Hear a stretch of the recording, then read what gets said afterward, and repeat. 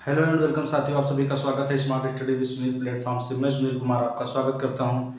दोस्तों, हम लोग पिछले सेशन में देख रहे थे अनुपात समानुपात। उसी को जो है उसमें जो है हम लोगों ने कुछ टाइपों को जो है कुछ प्रकार के जो सवाल थे एक दो टाइप उनको हम लोगों ने समझने का प्रयास किया था और उसी सेशन को आगे बढ़ाते हुए हम लोग चलते हैं अगले टाइप पर। तो बिना देरी किए हम लोग चलते हैं अपने अगले टाइप पर। अगला टाइप हमारा क्या है? अनुपाती। अनुपाती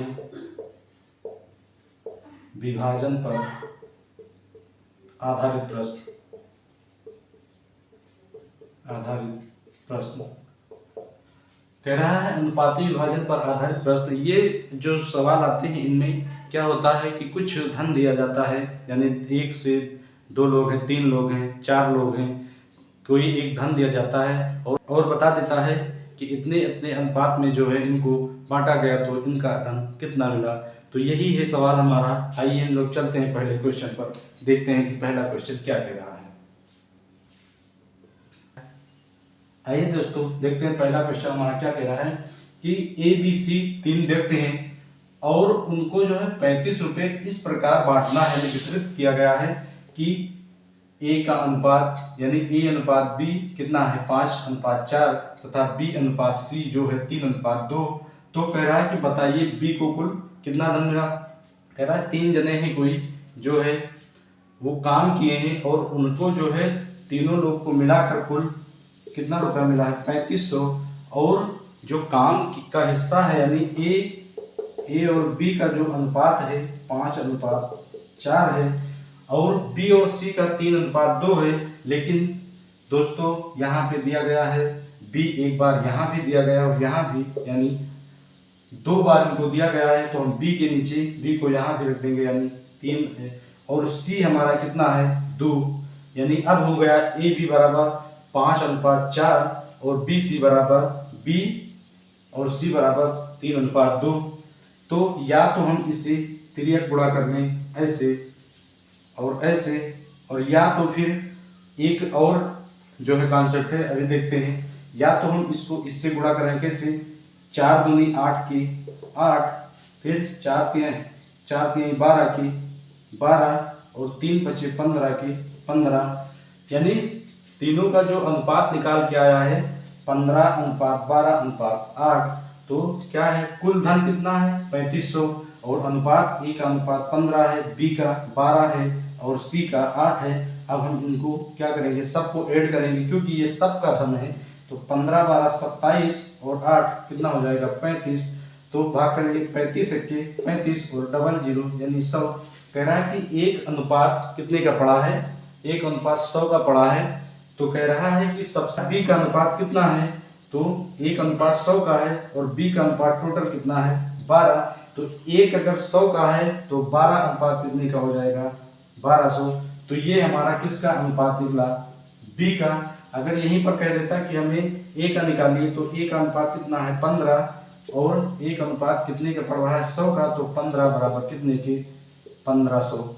यानी ये हमारा ए का हो जाता। और अगर सी का पूछ लेता तो सी का कितना है 1 बराबर 100 के, तो सी का अनुपात कितना है 8, तो 8 बराबर 800 के।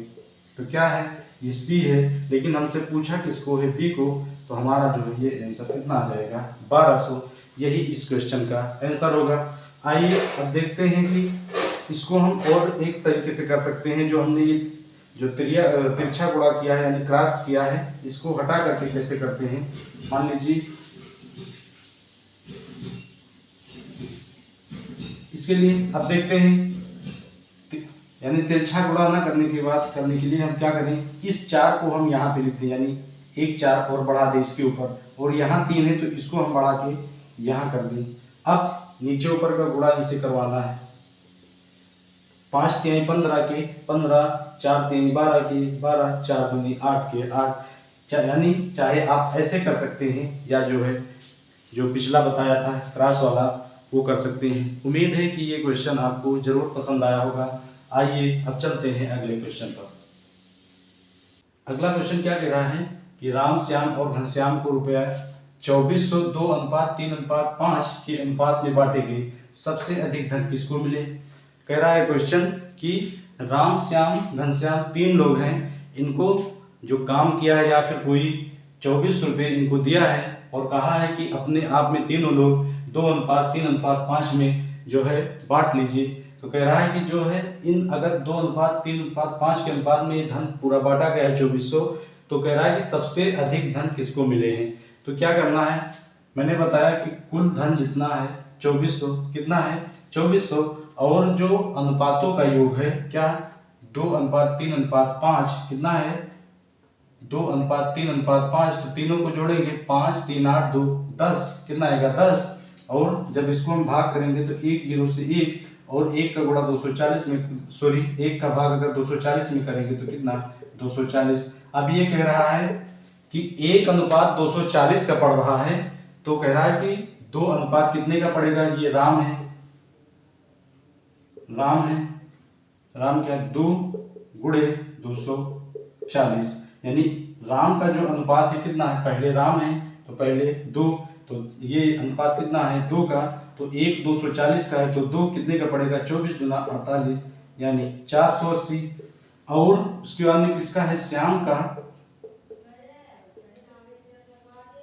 का है 3, और 1 अनुपात कितने का है 240 का, तो जो श्याम का अनुपात 3 है, 3:1 240 का है, तो 3 कितने के बराबर 24 3 72, यानी इस जीरो को हम पहले यहाँ रख लें, इस जीरो को, और उसके बाद में 24 3 कितना होगा 72, यानी 720, ये श्याम का अनुपात हो गया। अब है कौन, घनश्याम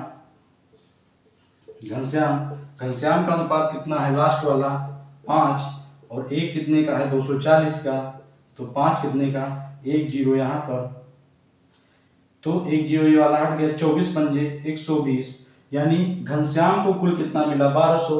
तो कह रहा है कि सबसे अधिक धन किसको मिला, तो घनश्याम को यानी जो राम है, राम को तो 480 मिला, श्याम को 720 और घनश्याम को 1200, तो ये 400 और 700 वाले छोटे हैं घनश्याम से, यानी कम पाए हैं, तो सबसे ज्यादा किसको मिला, घनश्याम को कुल कितना मिला 1200। अगर यहीं पर पूछता कि श्याम को कितना मिला, तो ये 720 और राम को तो 480, लेकिन पूछा है कि सबसे अधिक, तो 1200 घनश्याम को, अगर ये पूछ देता सबसे कम तो राम को। उम्मीद है कि ये क्वेश्चन आपको जरूर पसंद आया होगा, ये प्रयास आपको समझ में जरूर आया होगा। आइए अब चलते हैं अगले क्वेश्चन पर। आइए दोस्तों चलते हैं अगले क्वेश्चन पर।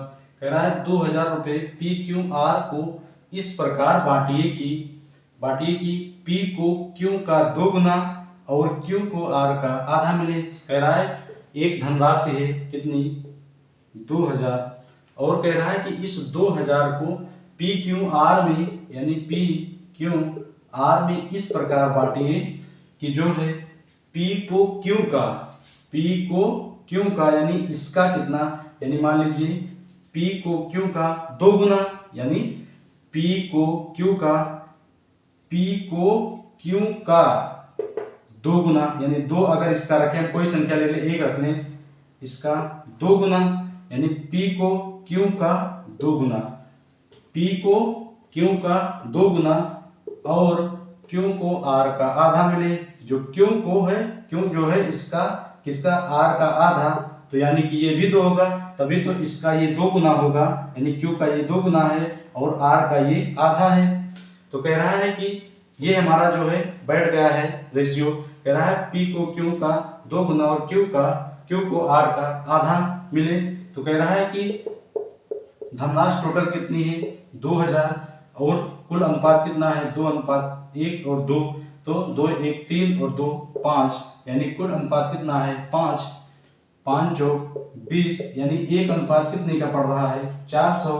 तो कह रहा है P का अनुपात कितना है 2 और 1 अनुपात कितने का पड़ रहा है 400 का, तो 2 अनुपात बराबर कितना हो जाएगा 4 दूनी 800, और ये कितना हो जाएगा 1 अनुपात बराबर 400 के, तो एक ही अनुपात दिया गया है, तो 400 गुणे 400 यानी कितना आ जाएगा 400 400 1 400, और Q का जो अनुपात आया है 2 है, और ये 1 अनुपात बराबर कितने के है 400, तो इसका गुणा इससे करेंगे तो कितना 4 दूनी 800।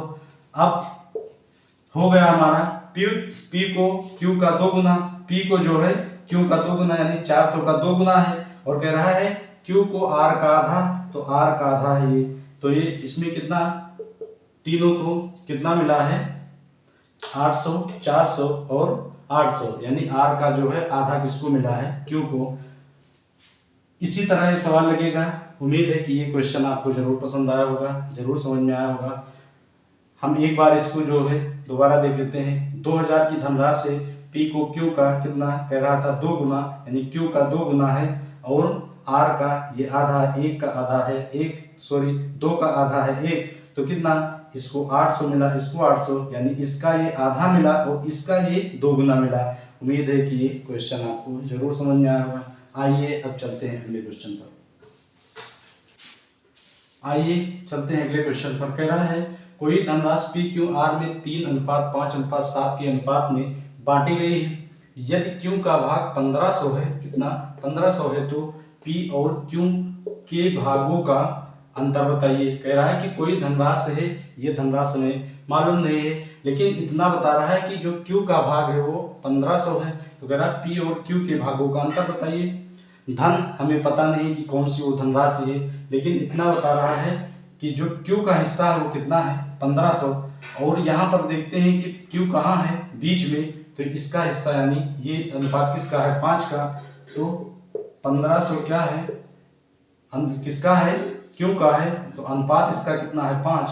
तो जो है हम देखते हैं कि इसका अनुपात जब 5 है तो एक अनुपात कितने का पड़ा है, तो 5 से भाग करेंगे, 5 3 15 और 00, यानी एक अनुपात पड़ रहा है 300 का। कह रहा है एक अनुपात पड़ रहा है 300 का, तभी तो ये 5:1500 का पड़ा, यानी ये हिस्सा जो है Q को मिला है। अब कह रहा है कि P और Q का भागों का अंतर बताइए। अब P का कितना है, P बराबर कितना है 3, और एक अनुपात कितने का 300 का पड़ा है, 300 का, तो कितने हो गया 900।